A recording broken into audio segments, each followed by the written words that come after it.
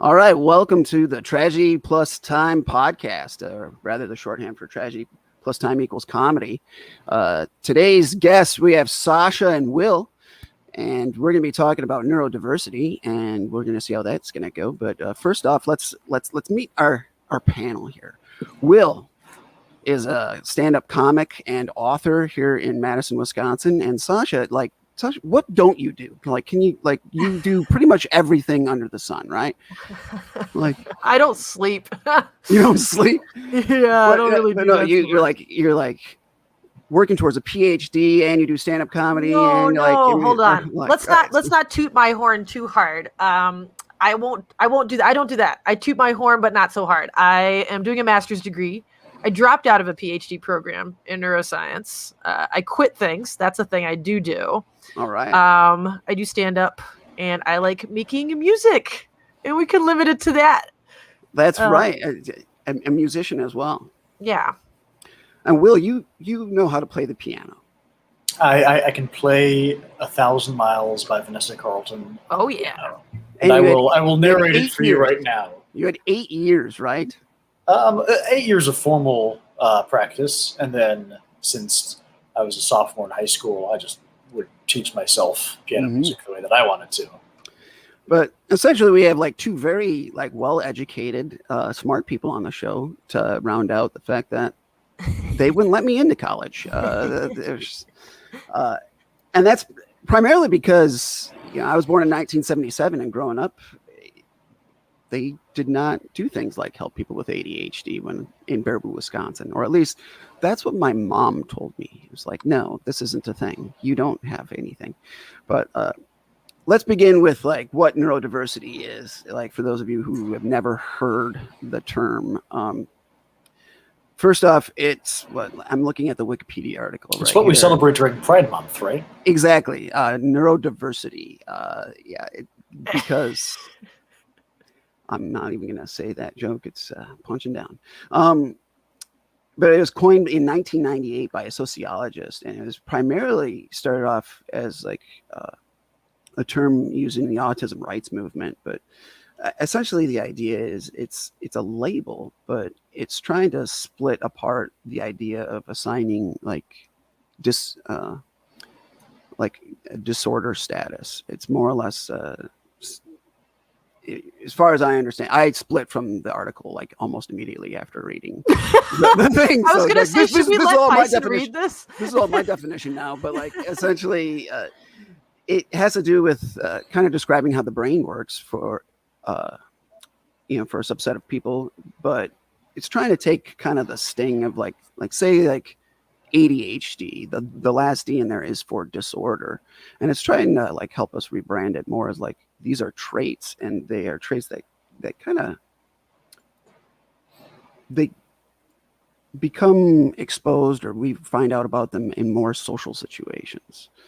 So it's to separate it from things like depression, where that is more considered a psychological disorder. Things like autism, ADHD, dyslexia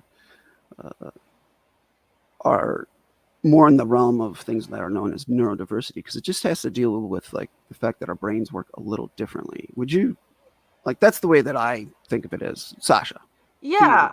I mean, I think there's a bit of overlap, right?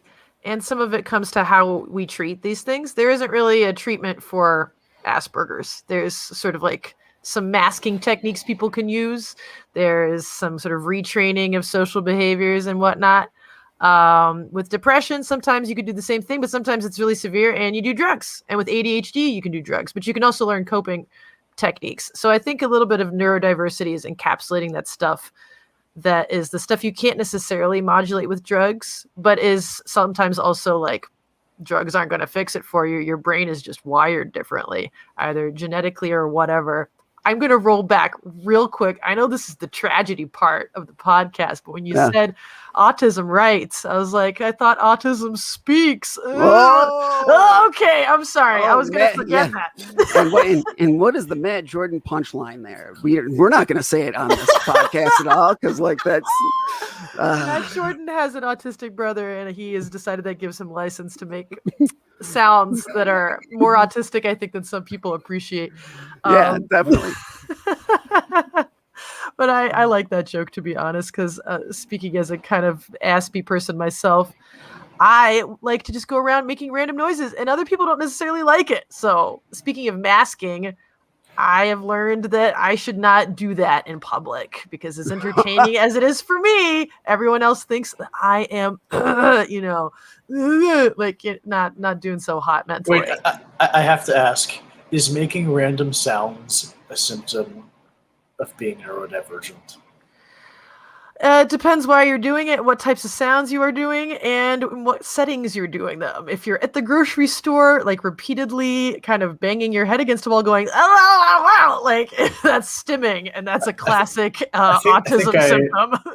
I think I might have to send an email to my manager right now. Yeah, like honestly, like welcome to the whole audience here, where we try to talk Will into believing that he has autism.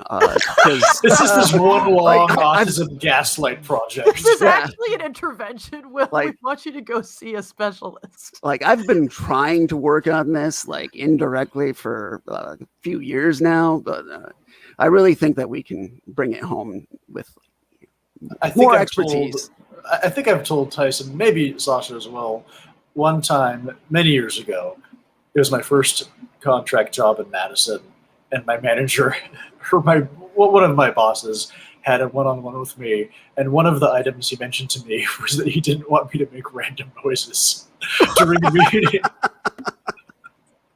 during meetings or in hallways or at my cubicle. What are the random noises? Can you tell I us didn't more about even that? know. You're not even noticing it. This is just you in your natural state. You're like, what I do. One of them was that and then like your mouth clapping noise. Oh, yeah, God. exactly. You do that shit all the time. Like once you get used to being around him, you barely notice it, but like it's like a constant. In my defense, that's a very good impression of a bike horn. So it is quite good. It's defensible. Like I do a joke where I say, when I was young, I swallowed a squeak toy and it's still in me, and then I'll just press myself on my chest and I'll go. Oh my God! Yeah, you've done that one to me before too. Yeah, because that's where they get lodged. My stomach is in my chest. Yeah, exactly. You could troll a cardiologist pretty dramatically doing that. Well, I guess it would be maybe your lung, like a pulmonologist. Yeah, just the next time they're listening with a little stethoscope to my back. Yeah, it's very good. I will give you that. Yeah, it's fun. So let's back up, because Sasha, you dropped two terms that I think are pretty important when we start talking about like the definition of neurodiversity, or at least like signs of it, things that maybe other people don't notice, but seems pretty normal to people who are neurodiverse, so much so that we don't even notice it because it's our norm. But masking and stims, or like what stimming is. Why don't we start with stimming, and then we'll move into masking, because masking is a pretty big topic, and it can lead to a number of different things. Well, I think Will's sounds are kind of an example of an expression of stimming. But I'll let him, describe his own experiences. I'll tell you some dumb shit about me. And this sort of is related to masking, but stimming behaviors are things that you need to hide a lot of the times because they make people uncomfortable. If I start kind of like running around, pulling my pants up to my tits and like making pterodactyl noises, I might get institutionalized like that people can get very disturbed by that. So you keep it private. And I'm very grateful that my fiance is completely fine with the fact that I just sometimes get into bed and for not like explicitly sexual purposes, will just start humping the bed. I just enjoy humping the bed and it just like gets my wiggles out and I'm just like, sometimes I run around the kitchen island a bunch of times because I have this energy and I don't know what to do with it. And I just run around going, And that's incredibly juvenile and stupid, but it's also it's like a nice release. And I have an impulse, and it's nice to take care of it and not get judged for it, but I completely understand. And what happens if you don't do the stim? I mean, it's fine. This isn't like I don't have very severe symptoms, but I have impulses a lot of the time that I just need to pull them back. So there's a slight sense of not being very authentic or having to kind of put on a face around people when I would rather just be running around going, but I also kind of have other incentives. Like I enjoy making friends and I enjoy learning about other people's lives. So it's helpful to be able to meet them in the middle and kind of meet them where they live instead of forcing them to deal with the fact that like I would like to walk around just like wearing a strap on sometimes and like whacking it on things. That would make people feel terrified. I could get arrested for that. That's true. You could get arrested for that probably. Yeah. Like on a lower level, or not lower but different. So for myself, like my leg will bounce. Like I'll do this kind of like. Oh, I'm doing that right now. Yeah, me too. Like things will just sort of vibrate around me, and they're like, "What is going on?" I was like, "Yeah, Tyson's bouncing his leg," when I need to talk with someone and maybe making eye contact is difficult for me or something like that, to order my thoughts. If I have something to do with my hands, it's a lot easier for me to communicate like a complex idea. Like I used to be a corporate trainer and I would have a whiteboard with a marker and I would say, I'm going to draw these things out. I'm making this drawing not for you, so you don't have to take notes on this. But this is the only way that I can be able to explain the stuff to you about what an edge vehicle is when we talk about like TCP/IP, like and VPNs and that sort of shit. And they're just like, okay, but like, for instance, I may have a utility or a multi-tool that I carry around in my pocket a lot of the times, and it flips out into like a really handy like set of pliers, and I may like flip that out and like open and close it obsessively while talking to people, while describing technical issues to them. And like perhaps when you go to a developer and you're starting to explain to them about how something doesn't work, but then you randomly are flipping out the knife portion and they're staring at you brandishing like a weapon, and you don't notice it. It becomes one of those things that like being aware of like what your stims are, and how they affect others becomes important, which is also kind of frustrating for the people who are on the spectrum of neurodiversity, in that it's one more thing that we have to kind of keep track of. And try to be aware of and expand and it's not even so much that we're not aware of it, but like just to keep it in conscious thought, because when it comes to conscious thought in our brains, it's not that we don't have conscious thought, it's almost that we have too much of it. Yeah. I don't know, Will, what's your experience with that? You were asked to stop making noises and you weren't even aware you were doing them. Like, how did you internalize that at work? Well, I know that I make noises because I practice them in the bathroom for hours on end. It's just sometimes I will forget that other people can hear my thoughts. Gotcha. And so I'll be doing, them out loud or humming along to a song, and then a coworker will message me, he's like, "Hey, can you stop humming to that song?" And I'm like, "Oh, I'm so sorry. It was a great song." And then I'll stop. And so, and I would confide this to other coworkers of mine. I was like, "Yeah, the manager wants me to stop making noises." They're like, "Yeah, you think?" So there's a little bit of that. And when I was younger, I was always a good student, but I would get distracted easily, especially in elementary. And to the extent that I would be focusing on my own daydreaming and not actually getting my work done. But because I was good at school, I was able to get my work done at the last minute, very quickly in time to get it in. And so, going through high school and especially college, learning to reorient myself, because I don't have the luxury of doing everything at the last minute in college. It takes, a lot of planning and forethought. And so finding ways to cope with the fact that I might get distracted or daydream easily. One of my tricks is just to always have a notepad where I can physically write down my thoughts so that I can go back to them and daydream about them later. And so that way I could sort of put all my distractions out on a piece of paper, and that way they can think and be distracting themselves and not be running around in my brain. So Yeah. now, Will, you haven't been like officially diagnosed with any sort of like, you haven't been put into the category of being neurodiverse. Not by a licensed doctor. No. Right. But like, you do seem to resonate with some of these topics where you're like, oh yeah, that kind of sounds like it's an interesting thing. Like, which is, I would compare it to if a friend of mine broke their leg and I only sprained my foot. Like, I would understand what it's like to limp. yeah, But at the same time, I know that I'm not experiencing as much pain, or that I have to be, on bed rest or on crutches in the way that they do. But I do That kind is a of have. good analogy. Yeah, but it's like I have a feeling for, if someone else has like really bad mental health issues or depression or whatever, and it's like, oh, I can understand, sort of where they might be, just sort of look at my own experiences if I have a bad afternoon and sort of extrapolate from that. exactly. So Yeah. that's a very good analogy. It's a good way to put that. I think it's also why we use a term spectrum, right?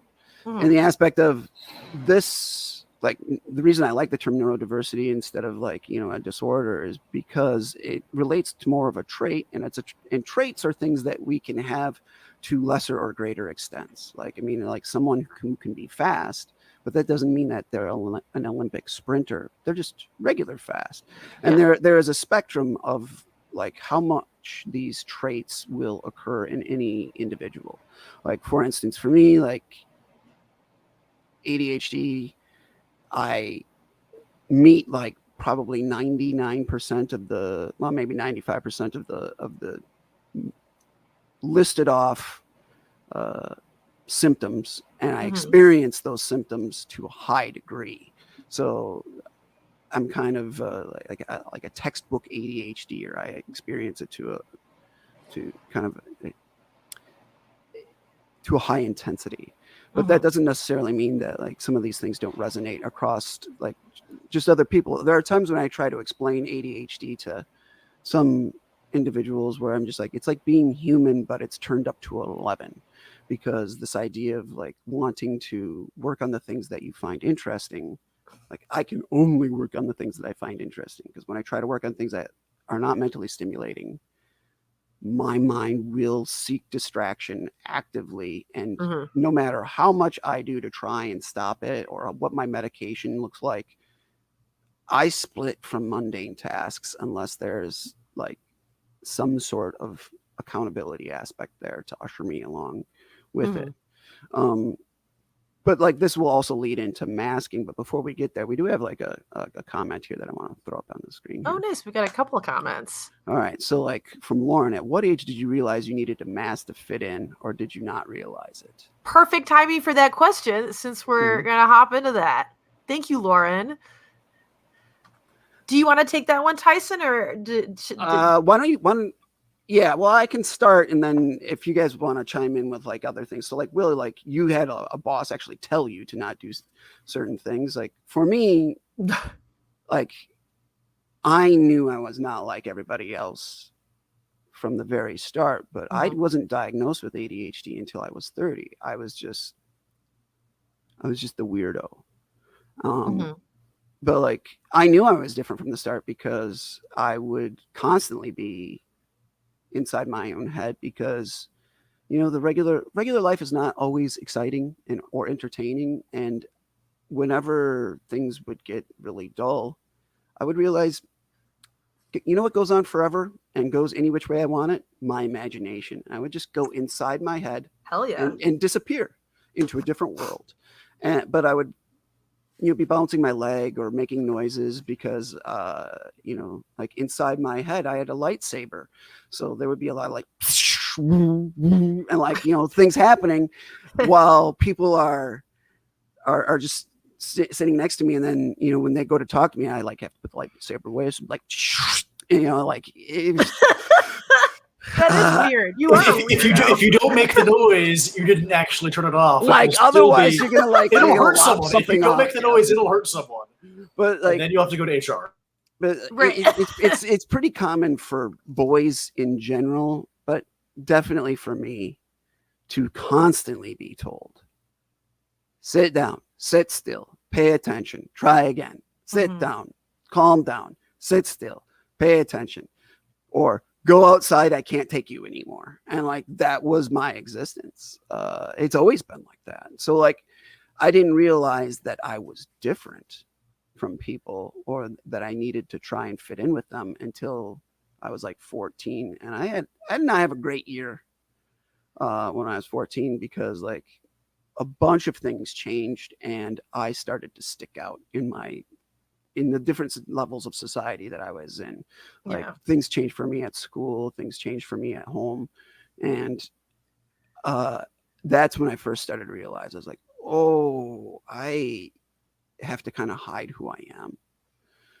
I can't just be this person anymore because people don't want to interact with the guy who's flying around the halls at school in between classes. Right. Like, they're like, that kid's weird. Let's stay away from him and not be his friend. And I was like, oh, I don't have any friends anymore and they won't invite me to parties. So like, I really started realizing it when I was 14 and I actively started masking like right away. And it will happen. Like, that's the interesting aspect of masking. And we'll define that here in a bit, but like masking happens on its own naturally. Right. Right. So it's to that point, Sasha. Yeah. So it's interesting story. I didn't know all this stuff about you, Tyson. This is interesting. I was like, I am going to say a word people aren't going to like, but I'm going to say it in context to quote somebody else. And that is that when I was a kid, I mean, my teachers literally thought that I was retarded and they wanted to put me in special ed. And my parents, the reason they wanted to do that was because I was telling everybody I was a cat. And they were like, you're clearly not a cat. This is also like a classic autistic kid thing, is that, a lot of kids pretend to be cats, maybe until they're 4, not until they're 8, and I was pushing it. I remember one day I made like a very executive decision when I was 8 years old. I was like, people aren't really feeling the cat thing. I guess I'm just going to stop doing it. But like up until then, I was just like, people should respect that I'm a cat. Like, I know that I'm not, but they should just roll with it, And I was just mad that that wasn't happening. So I think there was like a start of masking there. I was like, I guess I shouldn't tell people I'm a cat. That was sort of the beginning of it. But bless my parents, they told these teachers, they're like, Sasha's not retarded. She's a cat. Yeah. And like they were just very supportive and nice about it. But in retrospect, maybe they should have been like, could you stop being a cat, you idiot? Anyways, I do appreciate their approach to me as a kid because they were just like fostering my creativity. And you brought up the fact that, your imagination is infinite, right?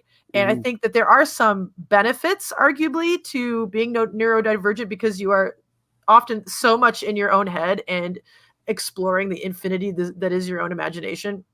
You get to have like a lot of weird ideas and you get to get really creative. And like Will, we don't know where you are on the spectrum, but we have our suspicions. And you've written an entire book and you have lots of short story ideas and you're constantly writing down ideas. I mean, you're absolutely one of these people who has like a very strong creative impulse.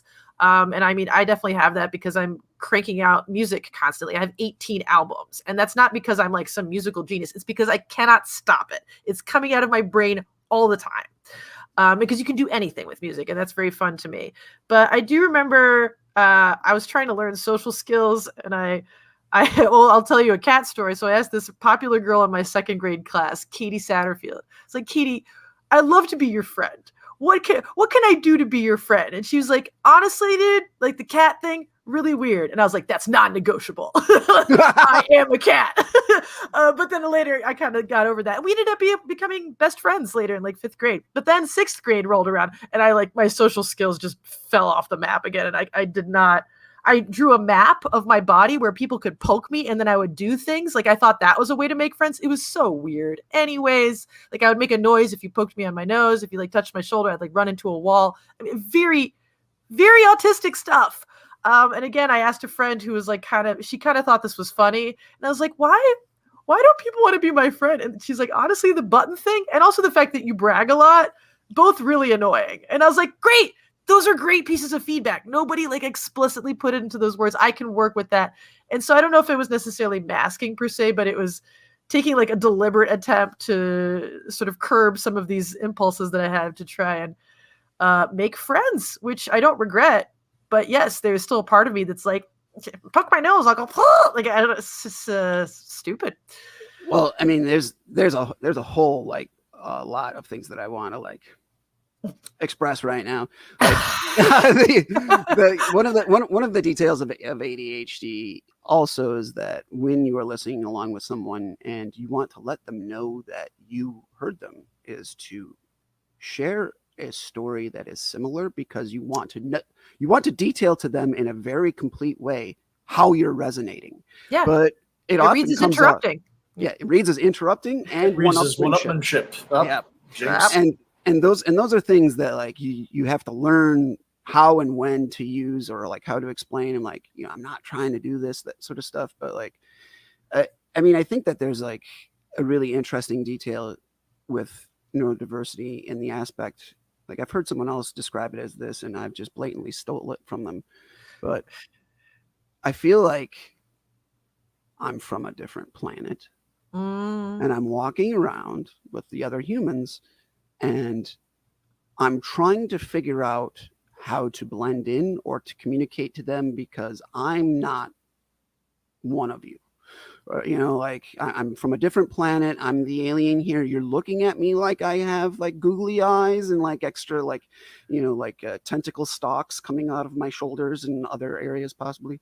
But like, there's just these things where I'm like, oh, I'm not one of you. Mm-hmm. And it's not that we're not aware of this stuff, but like our awareness is so broad.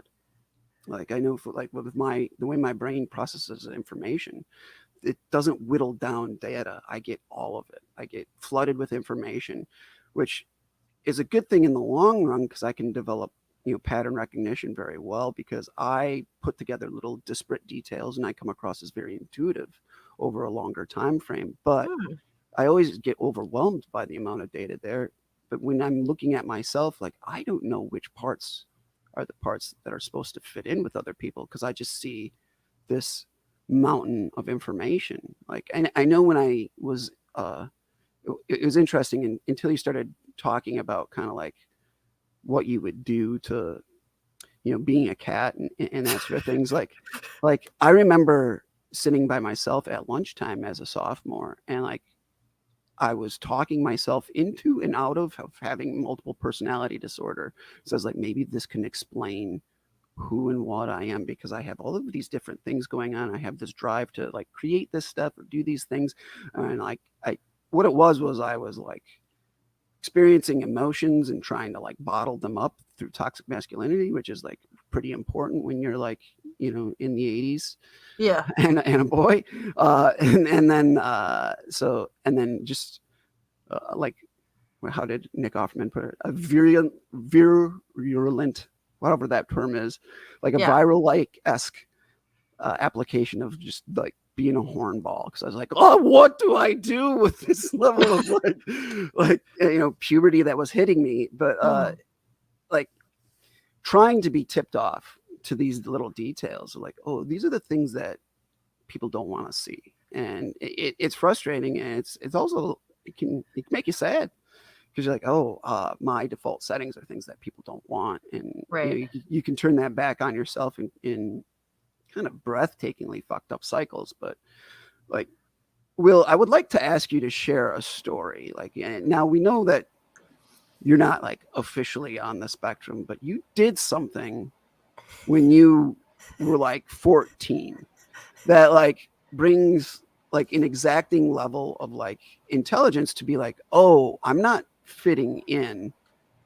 And you very willfully built a mask. Willfully. Willfully. But like, would you be willing to share that story? Yeah, and I was going to bring that up to answer Lauren's earlier question. So growing up, there were many, sort of milestones that I realized, wait a minute, I'm very different. Why am I so different? And sometimes at the beginning of a school year, I'd be like, okay, I'm going to be not weird for as long as possible. Oh, Tuesday, blew it. Okay. Oh, Tuesday, they found out I'm a giraffe. Oh, no. And so it would manifest itself in different ways. Like in first grade, my dad would tell me, why do you take so long to finish your schoolwork? I know you're smart. I see that you're smart at home. Why are you, not being more diligent at school? And so that was one moment. Also, we would look at, now that my family would watch old home videos of ourselves, when I was a kid and stuff. And there was one video of me at a gymnastics thing, gymnastics class, and the gym instructor said, "All right, everyone, lock your arms," because you lock your arms, do a handstand, whatever. And she said, and completely absentmindedly, not like putting on a show or trying to make anyone laugh or anything. You see this, 7-year-old me just, just as I'm paying attention to her, just, not even breaking a stride. And it was very bizarre to see that in a home video 15 years later, because I didn't even remember doing that. But you can get an insight into how my mind works and how literally I would, and maybe I was also just being a kid. I'm sure plenty of other kids would do silly things like that. And so, through the years, I would always be conscious of the fact that I was abnormal in some ways. And I would always try to see, what do I have to do to fit in? And so when I was in 10th grade, I realized, okay, there's some disconnect here. I want to think that I'm popular and have friends. And people are generally nice to me, but I also feel that there's something missing because I'm not as invited to as many, group hangouts or parties as I would like to be. Or I would be invited to class parties, but I wouldn't really be invited to any one person's house, like to hang out one-on-one. And so what I did was I took advantage of the fact that my classmate had been suspended from Facebook for friend requesting too many people at once. You're like, you can't do that. This was back when Facebook cared about privacy and all that stuff. And so That's wild. Yeah, we think that you are a bot, so we're going to suspend you. And I was like, oh, this is perfect. I will just create a fake Facebook profile in Charles's name, steal all his own images, friend to all his friends. And have I not told you this, Sasha? Yeah, No! he immediately And also, went I just want to point out a comment. Lauren says maybe not this exact thing, but she said she used to do the same thing. Please continue the story, but no, you haven't told me this, you wild man. I thought that we'd talked about all our things. Because I've told this story at Tyson's shows several times. Several being twice. He's several being told twice. us at 2 different shows of mine. Yeah. But so my favorite part about this story is that his immediate thing is he latches onto this opportunity of this other kid getting booted from Facebook as I'm going to steal their personality. At the time, I didn't really think of this as bad or anything. This is before QAnon. Or their identity, rather, yeah. And Pizzagate. Back then, identity theft was trivial and no one got hurt and no capitals got stormed. Okay, it was a very innocent time. Well, Will was doing it to make friends, right? He wasn't trying. I was doing it to make friends or anything like that. You were stealing the Declaration of Independence. I mean, he wasn't even doing it to make he wasn't even doing it to make friends as being the other person. He was doing it to do research into what he was being seen as. Right. So I created this profile. I waited until Labor Day weekend. This is the beginning of the school year. Waited until Labor Day weekend so that I would have a full 3-day weekend without my classmate getting wine. So I had a full 72 hours to get this plan set up. And so I friended everyone and I would start conversations with them. And I was immediately struck by, wow, this guy gets friend requests a lot faster than I do in my real account. I wonder if that's because he's more popular than me. And so I would message my friends as Charles, and I'd be like, "Hey, how's it going? Yeah, basketball. Yeah, track. Yeah, I'm cool. You know who I am." Definitely not Will Isenberg. Definitely not. Well, I would steer the conversation to, "Hey, remember that thing that Will said last week in class? Pretty funny, huh? He's a pretty cool guy. We should all hang out with him more." They were like, "No." We hate this guy. He's so annoying. Why does he, the things like, why does he always use the fact that he gets good grades to make us feel dumb? Or why does he use it? It was actually very, like you said, Sasha, it was very good feedback. Right. It was not the nicest way to find out, but people were saying things like, he uses his intelligence to make other people feel bad. And I'm like, wow, that's a sucker punch to the kidneys. Oof. Yeah. And so I would ask them, or they would say oh, he's always talking in class, always trying to be funny, say things that the teacher likes, but it makes us groan inside. And so I realized that I had a reputation that I was, at best tolerated and at the worst, thought of as an annoying presence. And so I was like, okay, thank you very much. This has been Charles. I'm definitely not Will. Sign out, delete the account. There was a couple people who was like, "Is this really Charles?" Because it was the less attractive people. They were like, "Is this really Charles? He never talks to me. I'm sad." That sort of thing. And so on. Some other people who don't have enough friends. So I get back to class on Tuesday, and this is 10th grade, and I make a real conscious effort to sort of be less out there and sort of restrain myself. And it was also, I think I was also maturing as a person around that time. And but so you willfully built a persona that was more palatable. Yeah, right. Which is basically what a mask is. Mm-hmm. It's a persona that is not necessarily 100% true to yourself, but is something that may not be more palatable, but you believe to be more palatable to the audience to which you're around. Right. You start showing different aspects of yourself. I'd say that every human does that to an extent. Sure. From Andy Bernard in The Office, which me am I going to be today? It's when true, he's but singing with Craig Robinson. The takeaway here is that if you're not enjoying Will Isenberg right now, imagine how intolerable he would be. Had he not stolen that putting kid's on airs. Had he not stolen Charles' identity when he was 14, like, can you imagine how annoying he would be now? Like, hey guys, guess who's written another book? Okay, I do not mention that. Other people bring it up, and that's fine when they do. I don't bring that up anymore. Anyways. Anymore. I had an initial promotional period, but now I just ride on my own coattails. If someone asks, if it comes up in conversation, hey, what books have you written lately? I mean, it's cool. Most of us haven't written a book. I think that's worth celebrating. That's true. Not even Donald Trump has written a book. Shauna, I do not, for the record. Shauna is wilding out. So that was 10th grade, and then I guess in senior year of high school, I finally got confirmation that what I was doing was working, because it's not true, Shauna. Because our teacher was giving us a lecture on society or maturity or something, and he used me as the example. He said, "We all remember Will." And everyone was like, "Yeah, we remember Will." I was like, "Wait, what do you remember about me?" He was like, remember how he used to be annoying and now he makes jokes and they're entertaining? And I was like, "Oh, that's what I wanted to hear about me." Awesome. That's a net increase, or net improvement. I learned apparently that there was a guy I went to elementary school with who remembers nobody from elementary school except for me. Why? Ironically, I don't remember this. He said, "That bitch ate a balloon."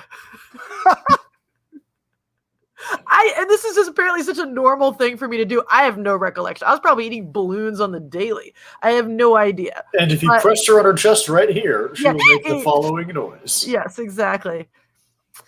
It's why I burp so much. I burp a lot before shows. One of my friends we've been kind of trying to go to the same mics, and we've been doing some road trips for shows, and so he's learning my pre-show rituals and whatnot.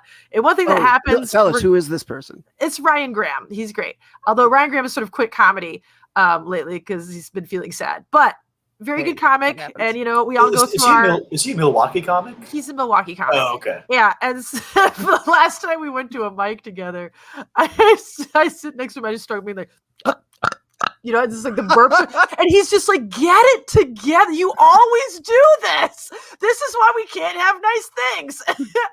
Anyways, so the burping happens. Are you sure he's feeling sad that he just didn't quit because you were burping?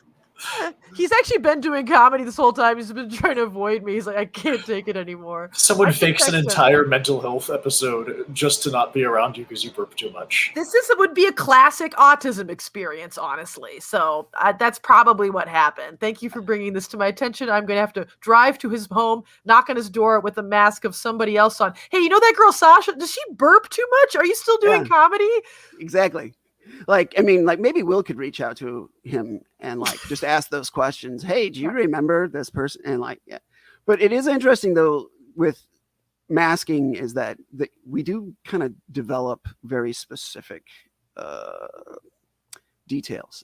I know that for ADHD, if you look at the masks that they've kind of identified as the perfectionist or the life of the party or the intellect or the loser, or like they give them these like different labels to try and explain, in a short phrase, kind of like what it's like. But you essentially try to be these things that people want to have around. And I know the hard part for me at times was like trying to take the mask off, or how my awareness would turn kind of back in on itself, in the aspect of I've cultivated this thing of like, I'm like supposed to be reliable, or like, like I'm going to be the superhero in this particular case. But then knowing that I wasn't meeting it, like I wasn't able to like hold it the whole time. Like I could only, hold on. Like I think about like Princess Leia talking to like Moff Tarkin, like on the Death Star. It's like, more quickly you grab his, like the more star systems will slip through your fingers, or something like that. I don't know. Yeah. It felt like trying to hold on to like a handful of sand. Like Right. the more tightly I would squeeze, the more that it would slide between my fingers. And it was very frustrating because I didn't know why I was like that. And while there's this aspect of like ADHD being very distractible, I'm not dumb. And you put together the details over time, and it can, like, for me, like my analytical reasoning is fine. It works.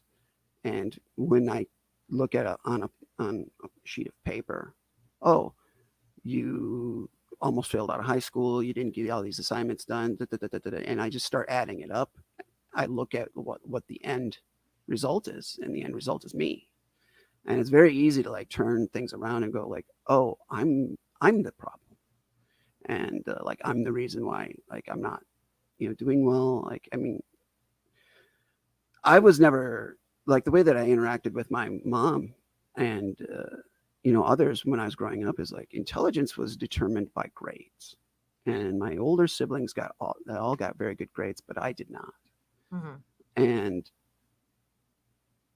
my mom quite literally didn't know what to do with me. Like, it stands out in my memory. Like one of the times when like I felt the most disappointed in myself was I was sitting at the kitchen table, and my mom's at the other side of the kitchen table, and she's crying and she's yelling at me because she kept all of the progress reports, which was like one every mid quarter.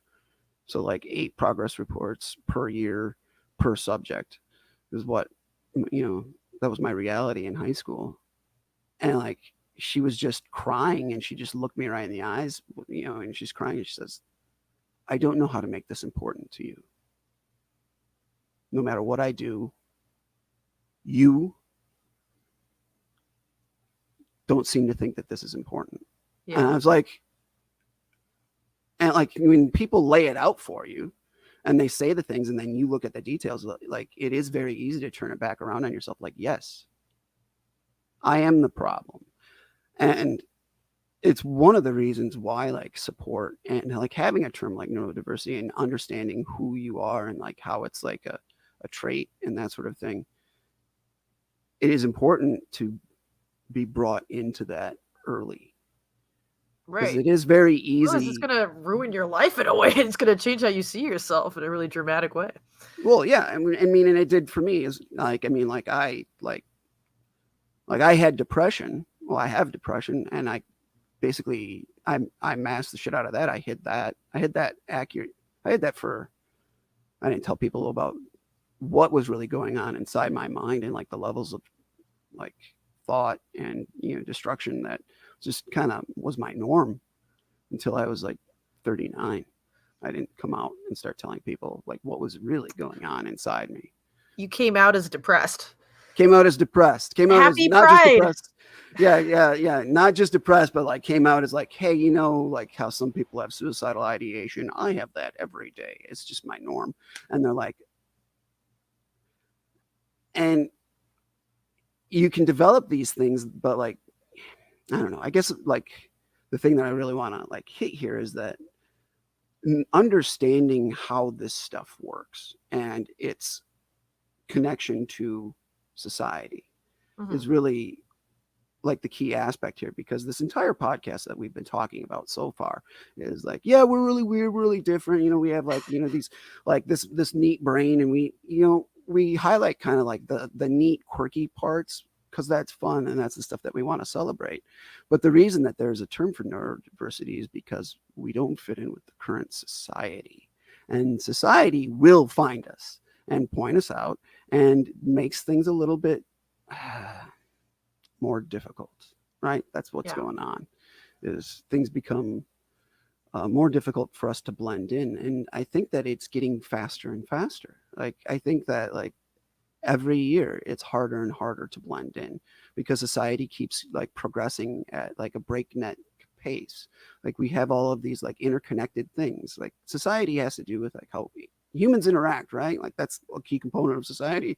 And when we have technology that leaves us connected at all times, those of us who are in the neurodiverse spectrum are going to begin sticking out, because we don't have those moments where we are alone at home and can walk around with a strap on, just banging it against things for fun, or like, I mean, I will be 44 July 1st. And when I'm in the car alone, I still make noises like I'm either piloting a TIE fighter or flying the Millennium Falcon or an X-Wing, like a T-65 X-Wing. Nice. I mean, maybe it'd be like a T-80. I mean, there's a slight difference in the engine noise. But like, anyways, like, the thing about it is like we have these things and we stick out more. And it makes me kind of worried about like where we're all going.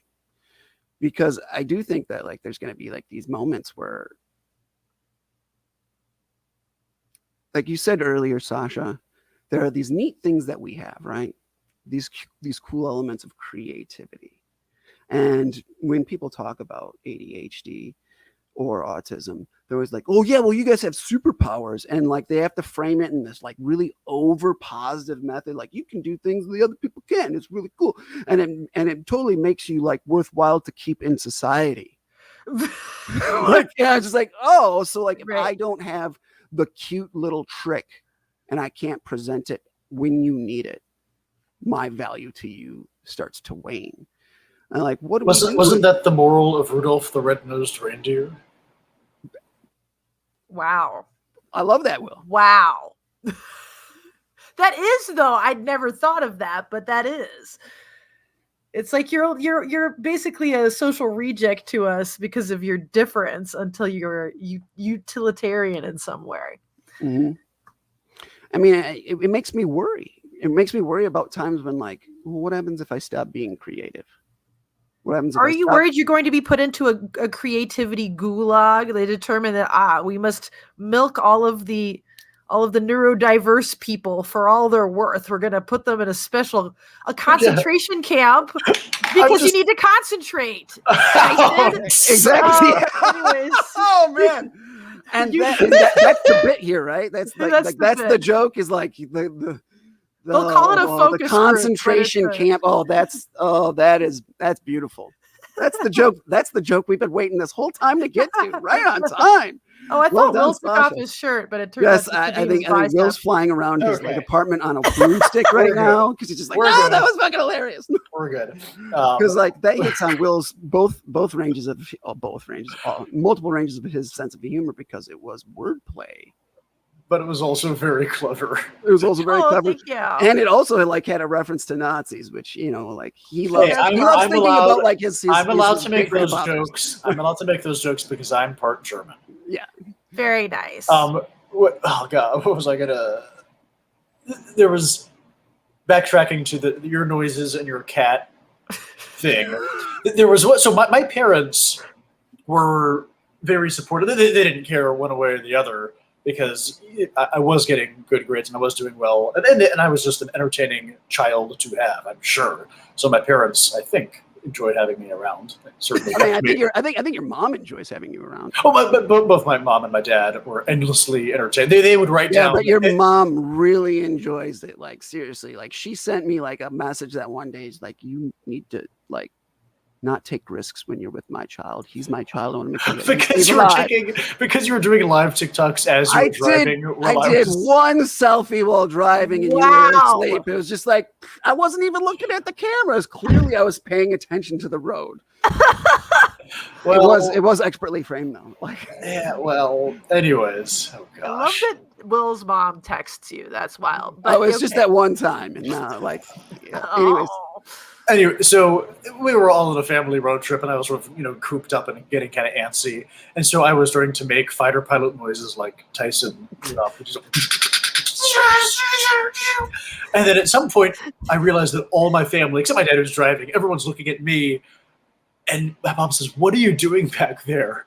Yeah, and I was, sort of like you're caught with your pants around the cookie jar type thing. And so,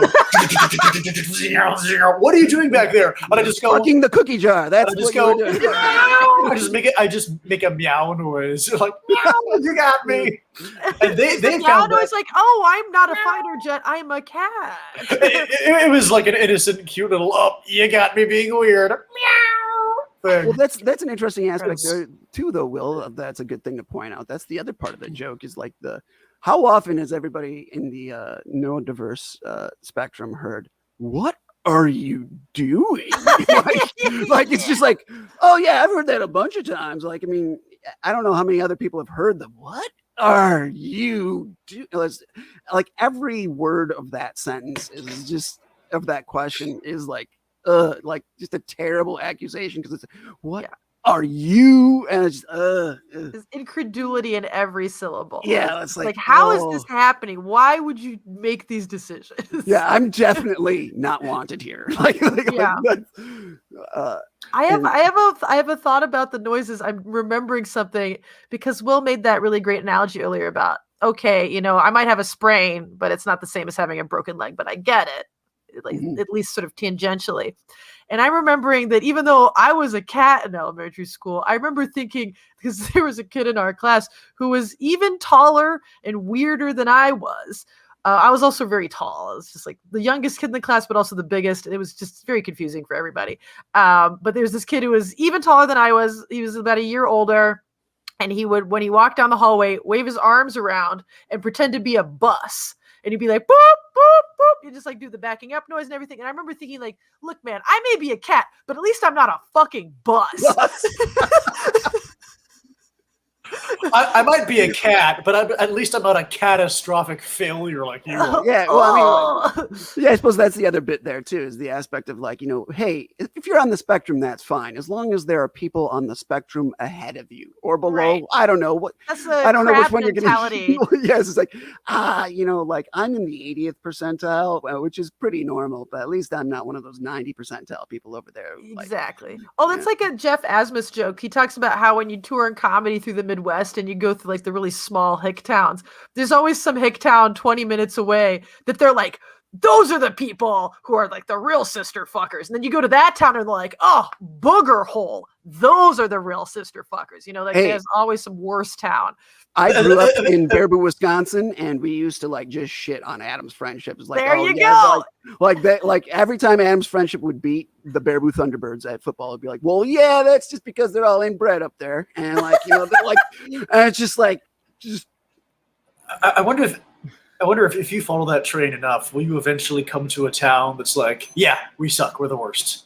I think Jeff's joke ends there. Oh, is that how we? Okay, I don't remember what the punchline is. I just remember that whole premise and setup is hilarious. Because I had that town too. I grew up in Harrisonburg, Virginia, which is pretty podunk. But at least we weren't McGackiesville, like, fuck. They're just turkey people, They're just turkey people? They're just half turkey, half people. Remember Tyson, our coworker, who thought that. Remember our coworker? Oh God! Just tell the story, Will. Just tell the story, Will.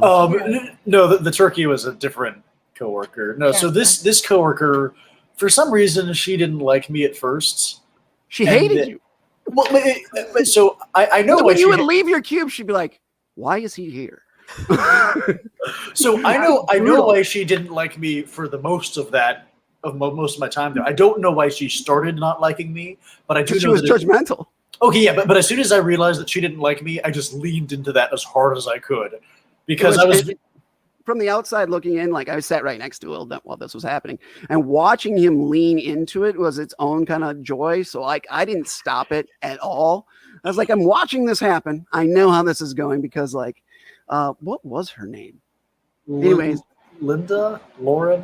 Yeah, I think her name was Lauren. But I always got her name wrong. But then you would willfully call her Linda just to like push it that extra step worse. And like no relation, of course, to the lovely Lauren we have in our chat. Oh, of course not. But like anyways, like watching this happen and like then she would say stuff to me. It was like, and I was like, I don't really know what you're talking about. I just kind of play really dumb. It's like I had my headset on. I didn't. What do you say?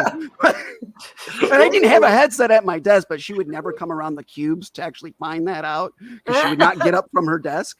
She was just kind of like it was so it was also that she would make coworker type jokes like just dumb cubicle humor, which I was having none of. And so part of the fact that maybe she didn't like me is the fact that I would refuse to laugh at any dumb joke she made. She was your Will Isenberg. Oh gosh. Nah. Was she rolling over with like, "Hey, Will, you're working hard, or you hardly working?" And you were just like, just kill me now. I wouldn't like roll my eyes like, "Oh, that was a dumb joke." I just non-comprehending like, "What do you mean? Am I working hard or hardly working? Well, I'm just doing my job. Why would? Oh, you switch the adverbs? Is that?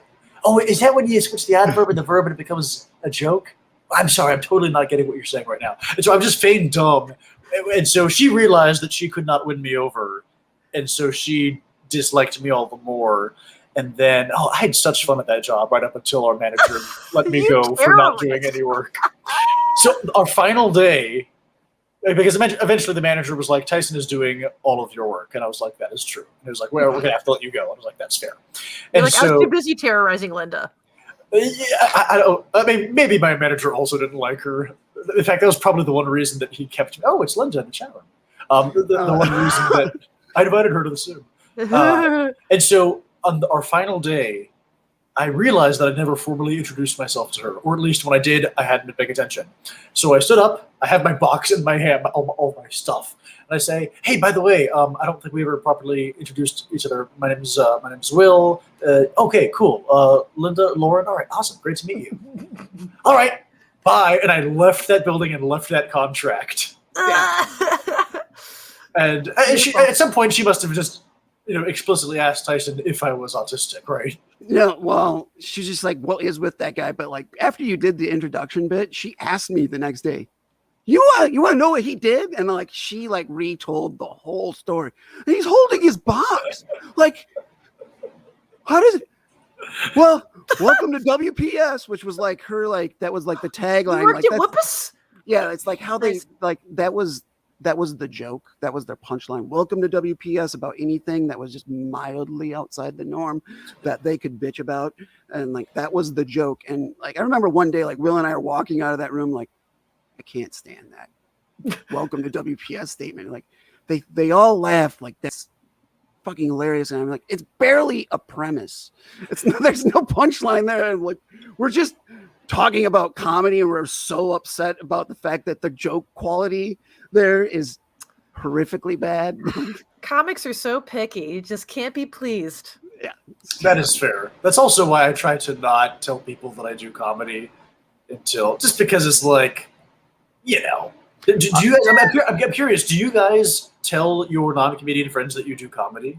Yeah, but like people, you both have met me. My personalities, I do masking, but like I've found ways to continue to be my idiot self in ways that people enjoy. And I'm just like, who wants to talk about farts? So like, it does not surprise people that I do stand up. And they're like, yeah, that, you probably should if you didn't.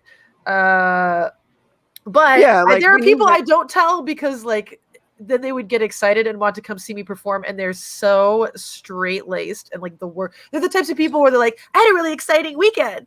Me and the kids went to the park, and I'm like, that is not an exciting weekend. That is the most boring weekend I can imagine.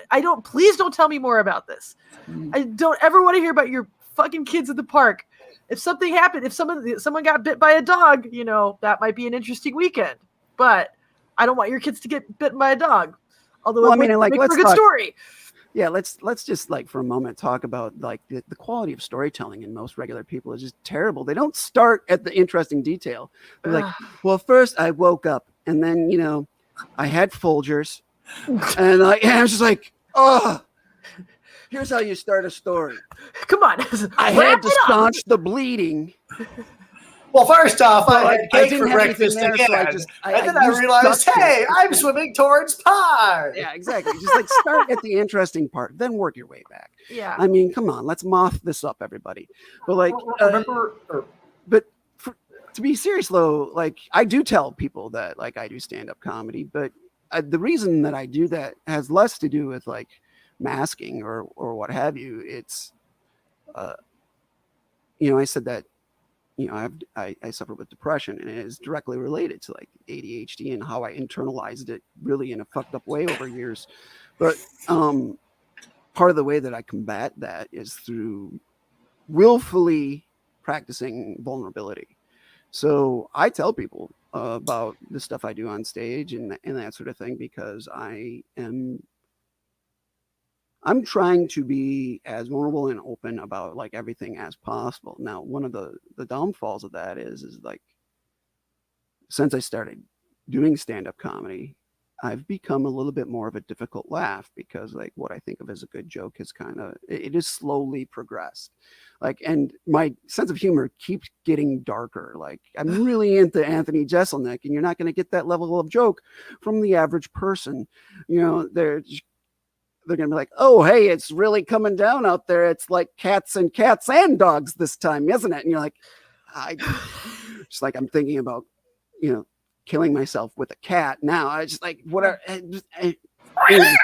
Yeah, exactly. That's the noise I'm going to make when I jump off the top of this building. But it's raining Tysons. It's raining Tysons. Exactly. Exactly. That's what I'm going to do if I hear this fucking joke one more time. But like, so I don't laugh. And then I had a boss.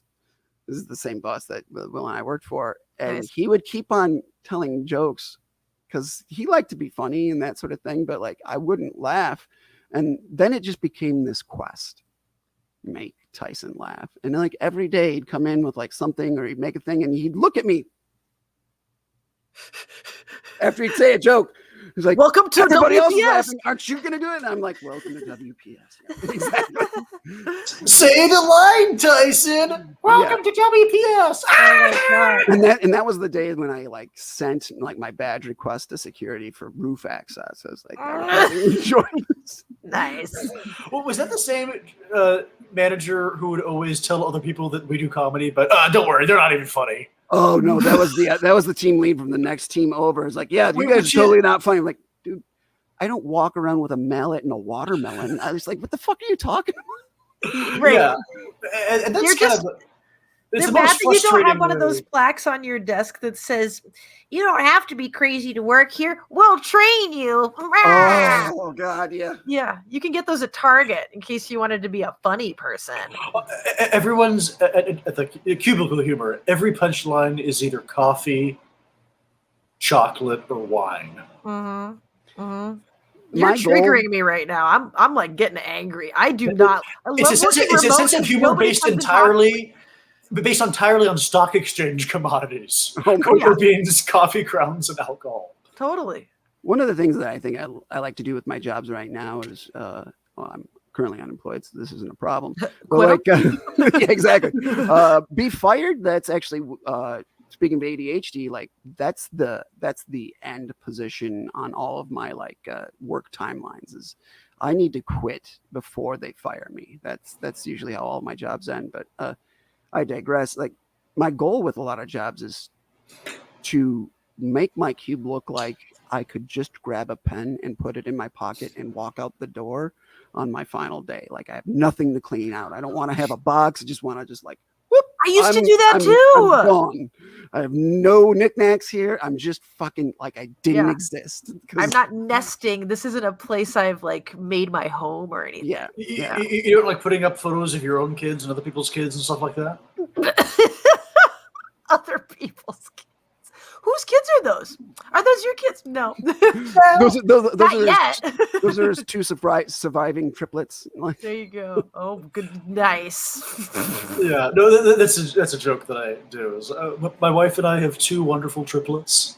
my favorite part of you as a comic, Will, is when you get on stage and you just start a premise that we all know is not true. It's like my wife, and we're all like, okay, suspend belief, and now let's hear the rest of this joke.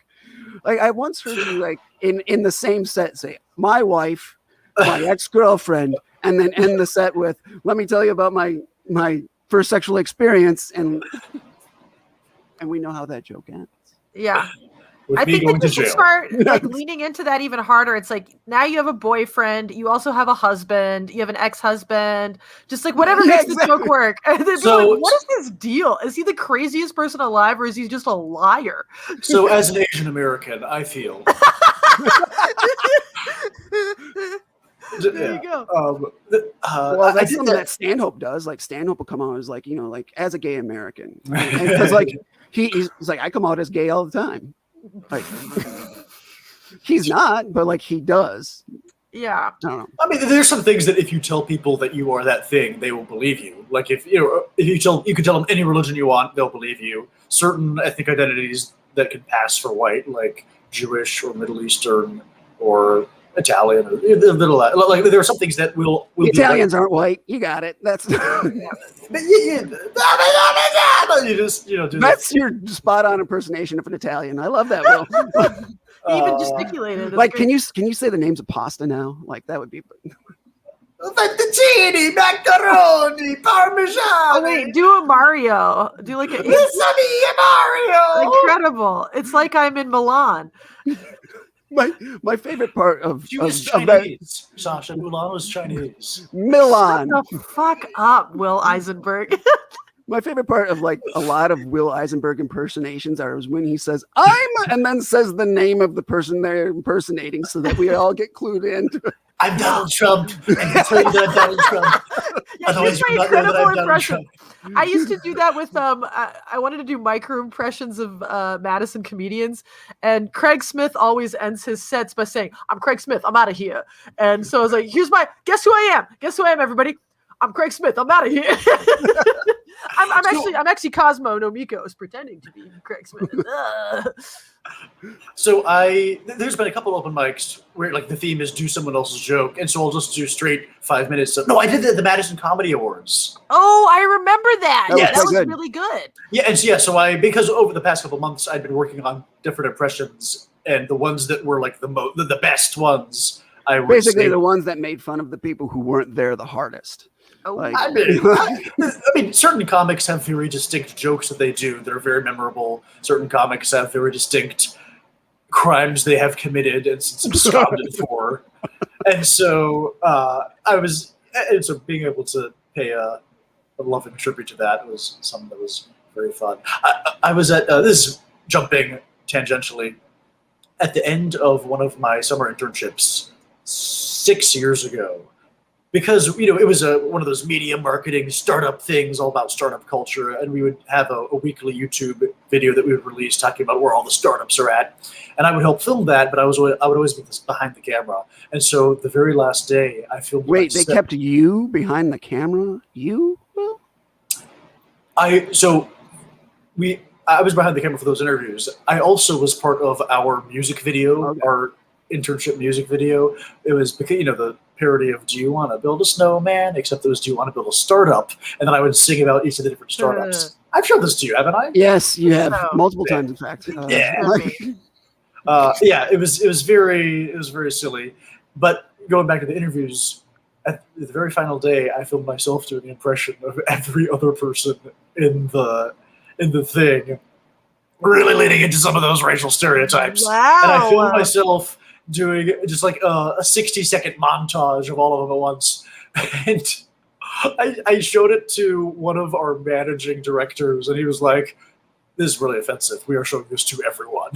and so we showed it to the whole thing, and they were like, "Yeah, that's Will. Welcome to whatever internship that was." Oh my God. Wow. Now, to bring this back on topic here, and we're going to probably wrap up here in a little bit, but like, we've talked about like, neurodiversity and that the fact that there is like, a pretty broad spectrum of like different severities of its effect and that sort of thing. But we were talking about masking, and like, basically we've all done it, both like on purpose and just naturally, like to try and blend in and that sort of thing. Or like, would you say that it has given you any sort of edge with comedy in the aspect of like, we know that we're not exactly in the norm, but we notice things that other people just kind of take for granted and that we're trying to learn how to mimic. Like, I don't know, like there are times when I feel like I am better at mimicking being a human, Right. or being on a podcast, or like, and than I am of actually just being a regular person that's doing it, or what have you. Like, thoughts? Yeah, I concur. It's not that all comics have are neurodiverse, but I think having a different perspective and being able to kind of like pull back that veil and see the clockwork underneath behavior, because a lot of us have had to do that really intentionally. There's like, yeah, like you said, everyone else takes certain behaviors and things for granted, and it's like, oh, I never really thought about the fact that this normal thing that we all do is actually very weird. It took a weird person to point it out to us. I mean, I feel like that happens all the time in comedy, and a lot of really great jokes come from those types of observations.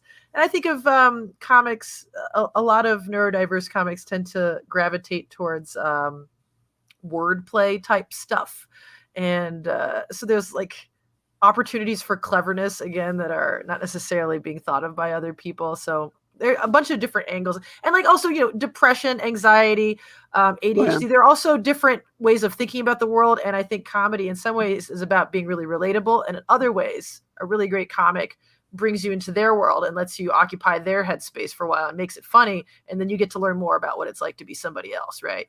Exactly. But they have to do it through like a lens of being funny, because like if they were to just stand up there and be like, this is what my life is like, people aren't going to want to listen. Yeah. Like, I think comics learn how to be funny in a way of trying to get people to see things from our point of view. Oh, totally. Because it's a common ground thing, Yeah. It's how else would you try to get someone to like even take the time to try and see it from your viewpoint, unless you're going to make them laugh or have some sort of like, because like the general thing about society, or at least it seems like to me, is people like it when they all fit in, and then they don't have to think about anybody else, and they can just think about themselves. Yeah. And trying to get someone who's locked into, I just keep my head down and I keep to the grind and then I make it through. They're not really worried about like how somebody else is going to make it through. So I think a lot of comics need to look at things differently, but bring people into their world. And let's also face it, that like, I think we all stand-up comics really admire or lust after or want to present ourselves as being the clever one. Like we all really value someone who's got a good intellect or cleverness, things where they can notice something that is like idiosyncratic about like other people or society, and like how they can separate it from, with their intelligence. And I do think that that's almost, I think that's an element of masking in and of itself. We're trying to present ourselves as the intellect. Right. And that's how we're going to get our acceptance. But instead of presenting ourselves as the intellect on the subject matter that a person may work as, like, whatever their job is, we are presenting ourselves as the intellect of their current existence in society, or what have you. That partly comes from that pressure where I say you have to have some kind of value if you're going to be a weirdo. So exactly. Like, I hope you're creative or smart or something, because otherwise you're just a burden. Exactly. Which, I mean, let's be honest. Like the rate of suicide in those who are neurodiverse, it's a tick higher. Yeah. Than those without. A disenfranchised group. Yeah. Mm-hmm. Well, that's a really positive note. Is that where you wanted to did you want to do the It's Raining Tyson's ending to And I do love that joke. I think I'm going to use that just so you know. Oh, take it, please. Awesome. But yeah, I mean, I think that is like to tie it all up. The reason why we try to be this funny person, the smart person in the room, is we are just trying to connect. I do think it's important. It might not be the funny part about it, and we did have like some funny ha-has there for a little bit, but like, I wouldn't be me if I didn't want to like end on something really, really, really fucking sad, so that I could cry later. Yeah. Like, get all your feelings out. Well, it's what we walk around thinking we're aliens. It is very human to want to connect, right? So there is something kind of human in it. There's your poignant ending. I love that. And on that note, we're going to wrap up the broadcast here. Thanks everybody for tuning in. We will be on next Thursday. I believe our topic is going to be fatherhood. The panel is going to be at least 3 people. We'll be inviting, I believe, Shauna and Vanessa. Oh, she's a daddy for sure. Yeah. Oh, she's also a daddy. Yeah, on the show. And maybe 1 or 2 others. We'll see how it goes. Anyways, thanks, and tune in next week. Good night.